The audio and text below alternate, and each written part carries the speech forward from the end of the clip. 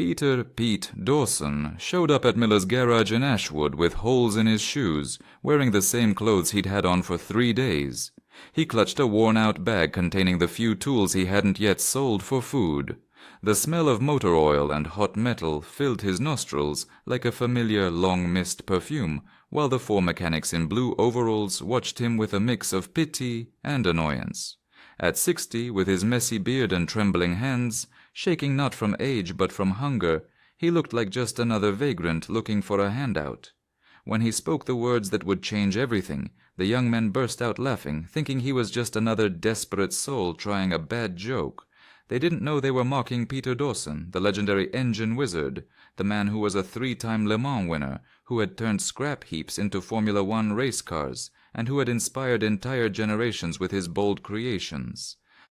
He was a genius who had faded into obscurity after an accident shattered his career and family life, now forced to beg for a job in the very garage where, 40 years earlier, he had walked in as a hero.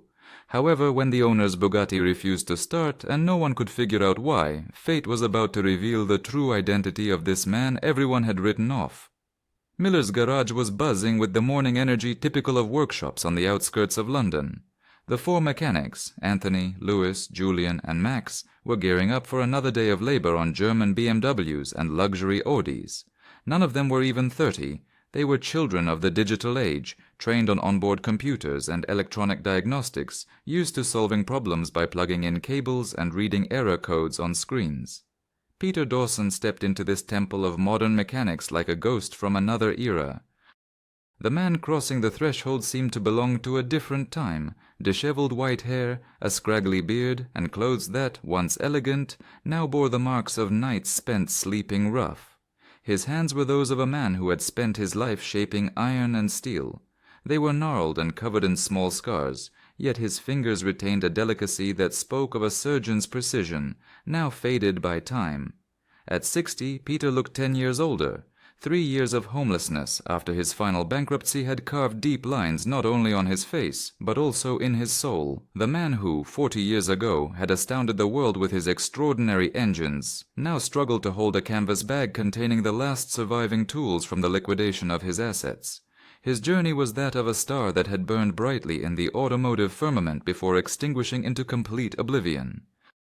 Nicknamed the Engine Magician by the international press in the 70s and 80s, Peter Dawson had revolutionized the racing world with innovations that seemed like science fiction. He had won Le Mans 3 years in a row, from 1975 to 1977, with engines he designed and built himself, and had developed the fuel injection system still used in the highest-performing Ferraris. In 1987, during testing for what was to be his masterpiece, a car designed to exceed 250 mph, a structural failure caused a crash that killed the test driver and seriously injured Peter. The ensuing lawsuits, massive damage claims, and the loss of all his patents to pay the compensation turned the genius into a ruined man. Throughout the 90s, he had tried to get back on his feet by opening modest garages, which failed one after another. His wife left him in 1995, taking their only son with her, tired of sharing her life with a man who only spoke of engines he could no longer build. The final collapse came 3 years ago, when his last small workshop had to close its doors. Peter found himself homeless at 57, forced to sleep in his car until he had to sell that too. The 4 young mechanics exchanged smirks when Peter offered to do a repair in exchange for a hot meal. Anthony, the youngest of them, couldn't help but chuckle at what he saw as just another vagabond looking for charity. It was at that exact moment that fate decided to play its best hand. From the back of the workshop came the distinct sound of a V12 engine stubbornly refusing to start, followed by a string of curses. It was Michael Miller, the owner, struggling with his 2018 Bugatti Chiron, which had been dead for 3 days. Michael had already tried everything, replacing the battery, checking the ignition system, inspecting the sensors, and even running a full diagnostic that revealed no anomalies. The 300,000-pound car had become a very expensive paperweight. The 4 mechanics rushed to the Bugatti like moths to a flame, each convinced he could solve the puzzle. But after 2 hours of fruitless attempts, the supercar remained as silent as a luxury mausoleum. Peter had watched the whole scene from a distance, standing near the entrance with the infinite patience that only those who have endured great hardship can possess. His eyes followed every move of the young technicians, and slowly, almost imperceptibly, a smile formed on his lips. It wasn't a mocking smile, but a smile of understanding. When Michael emerged from under the hood, his face red with anger, Peter summoned his courage and approached. He asked if he could take a look at the car. The 5 men stared at him as if he had lost his mind. Michael, at his wits' end, was about to send him away when Peter added a sentence that sent a chill through the workshop. He said he knew this kind of problem, having encountered it on a similar car back when he used to work with Ettore Bugatti himself. That name, spoken so naturally, cast a different kind of silence over the workshop. Michael looked the man over more closely, and for the first time noticed his hands. They were, without a doubt, the hands of someone who had spent their life working on engines. He decided to give him 5 minutes. Peter approached the Bugatti with the reverence one shows a masterpiece. His hands began to explore the engine with confident gestures, not randomly like the young mechanics, but guided by a deep knowledge that seemed to flow from an instinct born of experience. He didn't touch the computers or the diagnostic tools. He simply listened, felt, and sensed the machine with all his being. After 10 minutes of total silence, Peter looked up and delivered a diagnosis that left everyone stunned. The problem wasn't with the electrical system, the sensors, or the onboard computer. It was a micro crack in a small tube of the fuel tank's ventilation system, tiny enough to be invisible to the naked eye, but large enough to create a vacuum that prevented fuel from circulating properly. When Michael verified the diagnosis and found it to be 100% correct, the world of Miller's garage was changed forever. The repair, in Peter's hands, took less than an hour, but those 60 minutes were enough to completely transform the atmosphere in the place. Michael watched his every move with growing admiration, while the 4 young men gradually drew closer, their initial mockery giving way to an ever-increasing curiosity.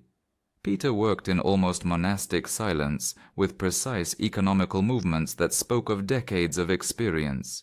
He consulted no manuals, used no electronic diagnostic tools. His hands seemed to know every corner of that V12 engine as if he had designed it himself. When he finally turned the key and the engine roared to glorious life, a meaningful silence fell over the garage. Michael looked at Peter with entirely new eyes. Curiosity getting the better of him, he began to ask more and more direct questions. Who was this man really? How could he diagnose problems that eluded the most advanced technology? Peter hesitated for a moment before answering.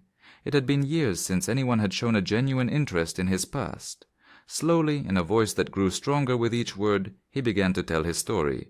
He spoke of his years at Bugatti in the 70s, when the Molsheim firm was still an experimental laboratory. He described how he had developed the cooling system that allowed Bugattis to compete with Ferraris in endurance races. The 4 young men listened, speechless. Anthony, the very one who had been laughing an hour earlier, now hung on his every word as he explained how he had solved the vibration issue in V12 engines. Lewis took mental notes as Peter detailed why modern electronic systems would never replace the ear of an experienced mechanic. It was when Michael asked for his full name that the atmosphere shifted. The answer, Peter Dawson, echoed through the garage like a clap of thunder. Michael flinched as if he had just heard the name of a ghost. Peter Dawson, the engine wizard, the man who had fired the imagination of an entire generation of car enthusiasts. Michael remembered that name perfectly because as a child he had watched the Le Mans victories on television and read in the newspapers about the incredible records set by cars designed by Dawson. What he didn't know was that this legend had gone through hell, which had reduced him to this state. The accident in 1987, the lawsuits, the bankruptcy, the abandonment by his family, the last few years spent on the street. Michael's reaction was instantaneous. He couldn't stand by and let a living legend continue to live in poverty. He offered Peter a job at the garage, a place to live, and a decent salary. But more importantly, he offered him the chance to be who he was born to be, an artist who turned cold metal into mechanical poetry. With tears in his eyes, Peter accepted. After 3 years of wandering, he had found not only a job, but his lost identity. He was Peter Dawson, the engine wizard, once again. The following months saw Miller's garage transform into something no one could have imagined. Peter wasn't just another mechanic. He had become the master the 4 young men had been searching for without knowing it. His presence had brought a new dimension to the daily work, turning routine repairs into lessons in mechanics that no school could ever teach. Anthony, Louis, Julian, and Max had quickly shed their attitude of technological superiority. Now they followed Peter like disciples hungry for knowledge, discovering a universe of mechanical wisdom that computers couldn't replicate. They were learning to listen to the voice of the engines, to identify problems by the smell of the oil, and to interpret vibrations that told the story of tired components. Peter had found not only the dignity of work, but also the joy of passing on his knowledge. Every morning he arrived at the workshop with the enthusiasm of a young man, ready to tackle new mechanical challenges and share secrets he had kept for decades. Michael had set him up in a small apartment above the garage, where Peter slowly began to rebuild his life. The garage's reputation spread, first through the neighborhood, then across all of London. Customers no longer came just for routine repairs, but in the hope of catching a glimpse of the legendary Peter Dawson at work. Enjoying this story, my friend? Give it a thumbs up and subscribe to the channel. Now let's get back to the video. Owners of classic cars, collectors, and even professional drivers began making the pilgrimage to this small suburban garage. The turning point came when Claude Martin, the owner of a 1962 Ferrari 250 GTO, brought his historic vehicle in for a problem no other garage in London had been able to solve. The car, worth £2 million, was suffering from an unexplained loss of power. 3 specialized garages had deemed the case unsolvable without a complete engine rebuild. Peter took on the challenge with the humility of one who has learned to respect every machine, regardless of its value. He spent an entire day with the Ferrari, not taking parts apart, but simply listening, touching, and feeling every part of the engine. The 4 young men watched him in silence, captivated by this diagnostic process that was more art than science. The solution was as elegant as it was unsuspected. Peter identified a microscopic imperfection in the machining of one of the carburetors, a flaw that had gone unnoticed in 1962, but which, 60 years later, was causing imperfect combustion. With a fine file and the precision of a surgeon, he corrected the imperfection in under an hour. When the Ferrari roared back to its original full power, Claude Martin was left speechless. Before leaving, he made Peter an offer that would change everything. Would he be willing to work as a consultant for his classic race car restoration team? This offer opened doors for Peter to a world he thought he had lost forever. He began collaborating with private collectors, specialized auction houses, and restoration teams working on legendary cars. His reputation spread quickly in the international circle of enthusiasts, where the name Peter Dawson was once again spoken with reverence. But Peter never forgot his new roots. He continued to work at Miller's garage, teaching the 4 young men and repairing everyday cars with the same care he gave to million-pound Ferraris. Michael had seen his revenue triple. But more importantly, he had witnessed the birth of a school where mechanics was once again an art passed down from master to student. The winter of 2020 brought an opportunity into Peter's life that seemed straight out of his wildest dreams. Alexander Bennett, director of the National Motor Museum, showed up at Miller's garage with a revolutionary proposal. The museum was planning an exhibition on the great innovators of British motorsport, and Peter Dawson was to be the main feature. The proposal went far beyond a simple display of artifacts. Bennett wanted Peter to rebuild one of his mythical creations from scratch, the Dawson D75, the race car that had dominated Le Mans in 1975, thanks to its cutting-edge technical solutions. The original plans had been destroyed in a fire in 1988, but Peter remembered every detail of that extraordinary machine in his mind. Michael encouraged Peter to accept, knowing it was a once-in-a-lifetime opportunity. Miller's garage became the headquarters for the most ambitious project Peter had ever undertaken in his second life. The 4 young mechanics were transformed into a team of specialists under the master's guidance. Anthony took charge of the bodywork, learning the aluminum shaping techniques of the 70s. Louis became an expert in suspension, studying the geometries Peter had designed to optimize handling. Julian specialized in adapting modern systems to original specifications. Max was initiated into the mysteries of engine tuning, learning how to turn a block of metal into a work of mechanical art. The project took 8 months of relentless work, during which Peter proved that the genius that had made him famous was still intact. However, his approach had changed. Where the frantic quest for absolute perfection once reigned, there was now a patient wisdom that made every decision more considered and effective. The reconstruction of the Dawson D75 became an event that captured the attention of the entire automotive world. Specialist journalists, engineers from major manufacturers, and renowned drivers began visiting Miller's garage to witness the rebirth of a legend. Peter welcomed them all with the same humility that characterized his new life. The most poignant moment was when Peter, now 61, got behind the wheel of a race car for the first time in 33 years. The test of the rebuilt D75 took place at the Silverstone circuit, just a few miles from the garage where he had found his way back. When the car sped onto the track with the recognizable sound of its V8 engine tuned to original specifications, it was as if time had turned back 40 years. Peter completed 20 laps, testing the machine's reactions, ensuring every component worked as he had imagined it decades earlier. At the end of the test, he got out of the cockpit with tears in his eyes. They were not tears of nostalgia, but of gratitude for being able to close a loop that seemed destined to remain unfinished. The exhibition at the National Motor Museum was a resounding triumph. The rebuilt Dawson D75 became the main attraction, but Peter surprised everyone with his humility. At the inauguration, in front of hundreds of automotive industry figures, he dedicated the success to the 4 young mechanics from Miller's garage, giving them the credit for making the project's revival possible. Anthony, Louis, Julian, and Max, looking sharp in their dark suits, felt a new sense of responsibility. They were no longer just mechanics, but guardians of a tradition Peter was passing on to them. That night they understood that the master's true legacy was not in patents or trophies, but in the knowledge passing through their hands.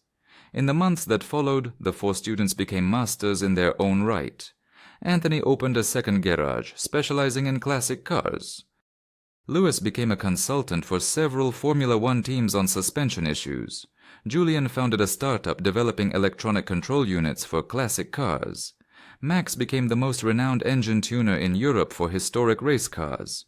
But they all continued to see Miller's garage as their spiritual home, where they met every Wednesday evening for the master's lesson. Peter, sitting on an old chair amidst cars under repair, would tell stories, explain techniques, and share a philosophy of mechanics that went beyond the purely technical.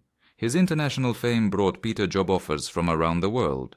Prestigious manufacturers, billionaire collectors, and international museums tried to secure his services with multi-million-pound offers.